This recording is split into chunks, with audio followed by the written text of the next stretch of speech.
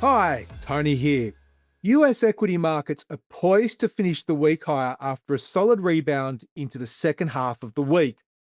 Renewed optimism around US Iran peace talks helped push oil prices lower, relieving upside pressure on bond yields and downside pressure on equity markets. Closer to home, the ASX 200 is also tracking for a positive end to the week after an extremely volatile start. The local market has taken its cue from the rally on Wall Street and got an extra lift from a softer than expected Australian jobs report. While a slowing labour market is never good news for job seekers, it reduces the odds of further aggressive RBA rate hikes this year, bringing welcome relief to those interest rate sensitive sectors in the ASX 200 like the financials, real estate, and consumer facing sectors. Looking ahead to next week, investor attention will pivot towards key inflation reports in the US and in Australia.